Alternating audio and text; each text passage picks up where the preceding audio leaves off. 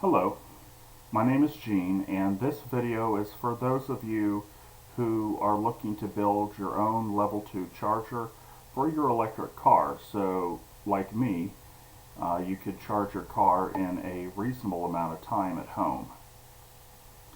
I will put a disclaimer here that this video is for informational purposes only, and that any build that you do, you reference a licensed electrician to make sure that you're up to code and that you do it properly. Uh, if you blow up your house or your dog glows in the dark, that's on you. So, disclaimer aside, let's get on to the good stuff. Now, I have a Bolt EV, and when I got it, I loved it, and I still do. Great for local and medium range driving. But one of the problems that I had is I live out in the country, and whenever I do a day's worth of driving, I'd come home, and the 110 volt charger that came with the Bolt just sometimes it would take over a day to recharge the car, and the frustration there was that if I wanted to use my car frequently, then I couldn't top off my car each night, and that was kind of frustrating. So it got to the point to where I was like, okay, I want to install a level 2 charger at home, and I want to do it in a way that's least expensive but most effective. So that was the goal. Now, I'd done some research, and the quotes that I got for a level 2 install, if someone was to install it for me, came back anywhere from $3,000 to $10,000, which seemed totally over the moon crazy when you consider that a level 2 charger is basically just an extension cord for the most part. It gets the 220 from your 220 socket to your car, and then there's a little tiny circuit that communicates with the car and tells it how much amperage it's allowed to draw, and it protects your house wiring basically from the car drawing more than what the charger is rated for. So for the most part, it's an extension cord and a tiny control circuit. And now I've seen a lot of fancy level 2 chargers out there that have all kinds of bells and whistles added on. They'll contact your phone and tell you when your car is charged up and do all kinds of stuff, but I wasn't looking for fancy bells and whistles. I just wanted to plug my car in when I got home and have it quickly charge and top it off when I was done.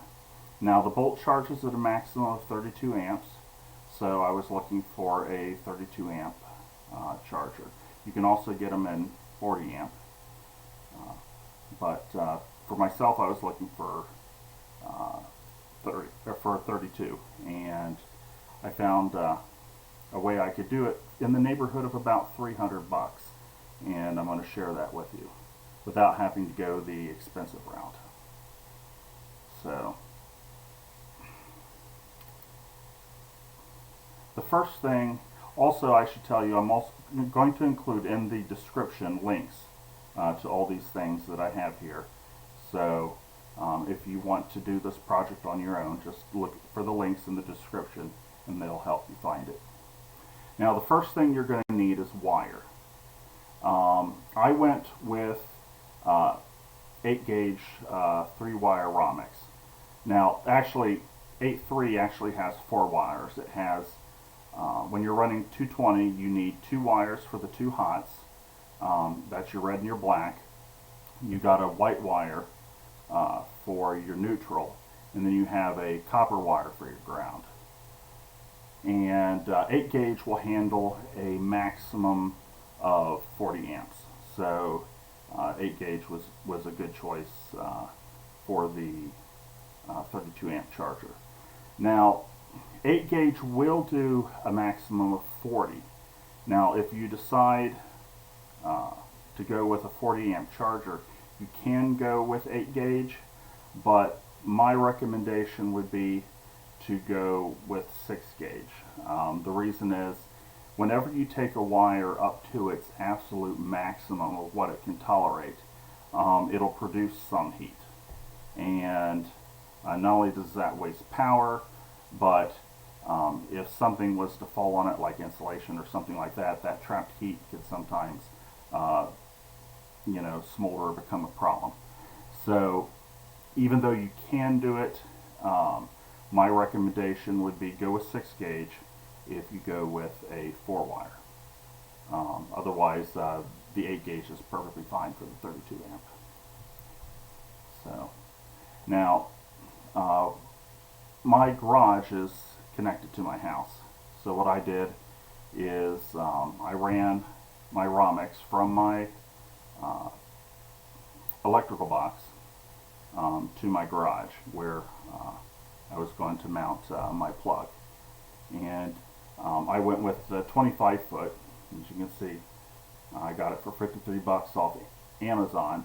At the time, Amazon had the cheapest price. It was even cheaper than Home Depot, but you might have a cheaper source or not, but you can get it off Amazon. The price was pretty good. You can go with less or more depending on what you need. Now, you're going to be running this wire from your breaker box to your garage or to the outside of your house. So you're going to need a breaker that's going to protect that wire. And I went with a 40 amp breaker to match the wire.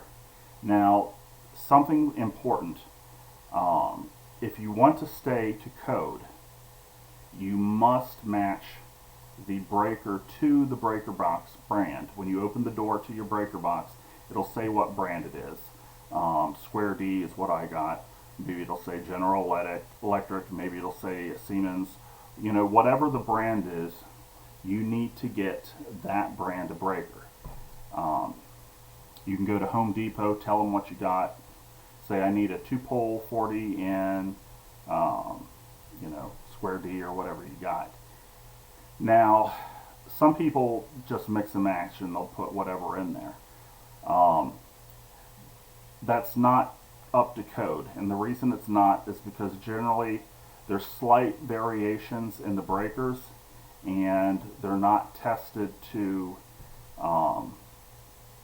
other branded breaker boxes. So if you want to keep it up to code, you need to make sure that your breaker is the same brand as your breaker box. So this is just an example. I went with Square D because that's what I had.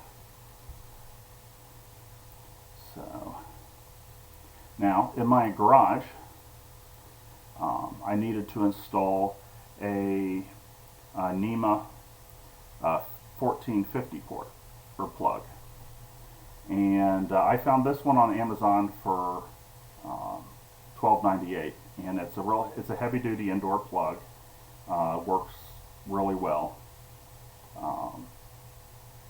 and that did the job for the indoors. So if you're looking for an inexpensive plug, you can use that. If you are taking it outdoors, you're going to need to use a NEMA plug that is rated for the outdoors. So here's an example of a 1450 NEMA plug that is rated for the outdoors. As you can see, it's got the lid and you can lift it up, and it costs a little more, but you can't use an indoor plug in the outdoors. So plan accordingly. Now, once you've made your run, my recommendation is, if you're an electrician or you are familiar with electric and can do your own electrical work, you can hook up your own equipment, provided you're allowed to do so. If you are not familiar with electrical, at this point, I highly recommend that you contact a family member, friend, or hire an electrician. Or like I said, get a family or friend who's an electrician to make the hookups for you. They can hook it up to the breaker box, and then they can hook up your NEMA plug.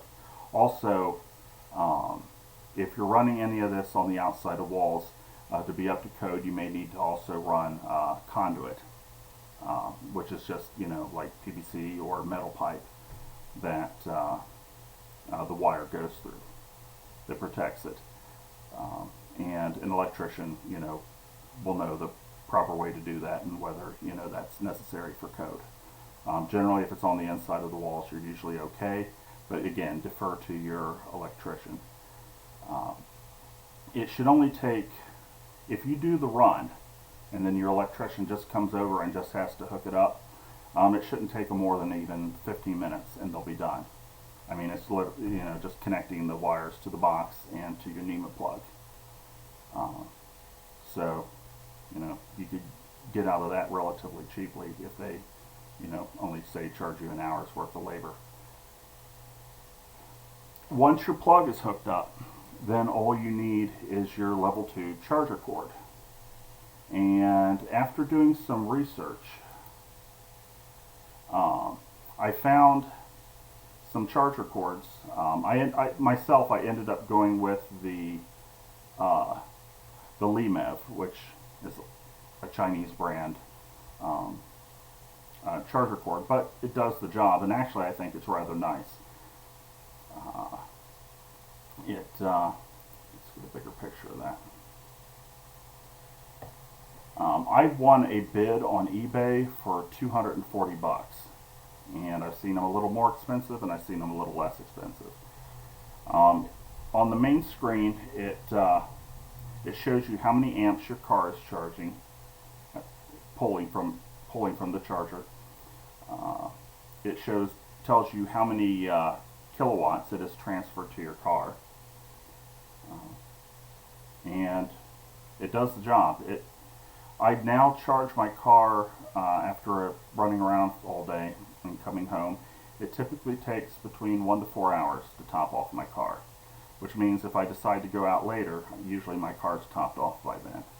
So this is it's absolutely night and day compared to the 110 charger that I got. And like I said, I paid $240 for mine. I found you can also get them used. I've seen them used as cheap as 132 bucks, as you can see. So if you don't mind, getting used, you can get this a lot cheaper even. And they do sell, in the same brand, they do sell 40 amp chargers.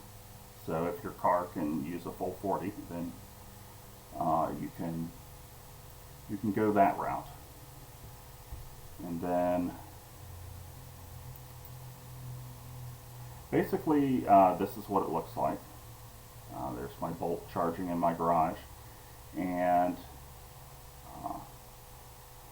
I got the charger hanging on a screw, and there's the NEMA 1450 plug, and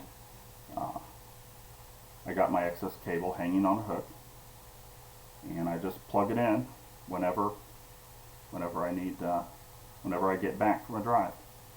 And my car is always full when I'm ready to take it. So my whole project cost me about 300 bucks, and that's not bad for a 32 amp level 2 charger, and a heck of a lot better than $3,000 to $10,000 that someone quoted me.